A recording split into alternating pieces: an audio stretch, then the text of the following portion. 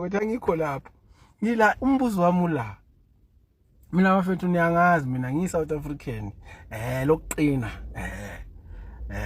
Angisumzula ngona umXhosa ngona umvena. Ngiyi-South African nje ngo. Ngifuna ukubuza bafethu. Kungani mina bafethu ngibuzani nanqo? Ukuthi uma ngabe kunomuntu wakini omnyama olwela nina nimzonde ebese nithanda labantu laba ababesicindezela bafethu yazi yabona ngabe kuthiwa lento yenziwa yi-youth yabona like ama 2000 or so that one will understand.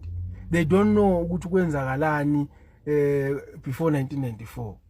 But abantu ababekhona before 1994 ngama-80s ngama-70s kuyalemuva nabo laba ababeku-struggle. They hate the very same person okuwukuthi babe naye ku-struggle belwela lelizwe ngokuthi bona they decided ukuthi they wanna associate themselves nalabantu ababesicindezele before 1994 babe nama-shares amaningi emakhampanini abo laba bantu bashare nabo badle nabo benze yonke into nabo. So that one person ongazange ayivume lo nto ongazange abe yiphathi ingxenye yaleyo nto leyo. So nonke niyamzonda bafethu kodwa niyabathanda laba besicindezele. Hayi bafethu phela abantu laba babulala abantu inqwaba yabantu bakithi abanye babo baripha abantu bakithi abanye babo babephilisa nje kabuhlungu abantu bakithi nje. So even kwa education that is useless for us today sayithola kubo. So nganza wethu nisho ukuthi nina you will rather support such people. Hayi bafethu hayi yabona mina angazi bafethu mhlambe yimi ngisanganayo ekhanda. There is a lot of people la ngaphandle abasitshela ukuthi so and so ba corrupt, so and so ba corrupt, so and so benza ukuthi state capture yonke lento. Ngoba nawo le state capture nje mina niyangimangaza nini ukuthi i-billion or more than a billion was spent kule yanto but nithule nibona ukuthi lalifanele la billion ukuthi lihambe, because there's nothing that is happening.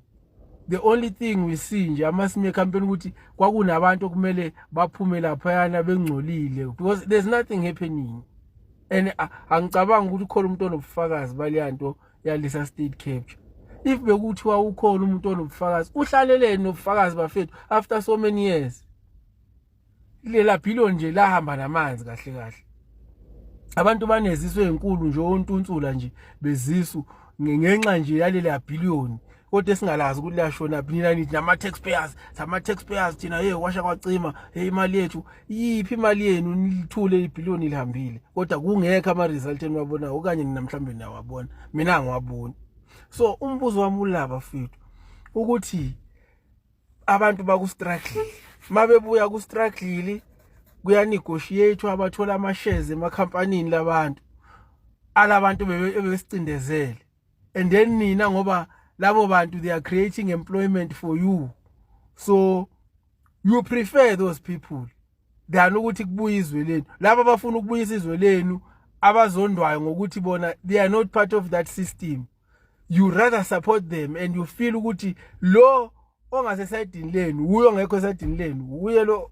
Hayi bafethu hayi mina ingqondo yami bafethu hayi ayisebenzi ngempela. Sengiboni ngoba phela yimi ngedwa engiyibonayo lento, yimi ngedwa enginalo umqondo enginawo.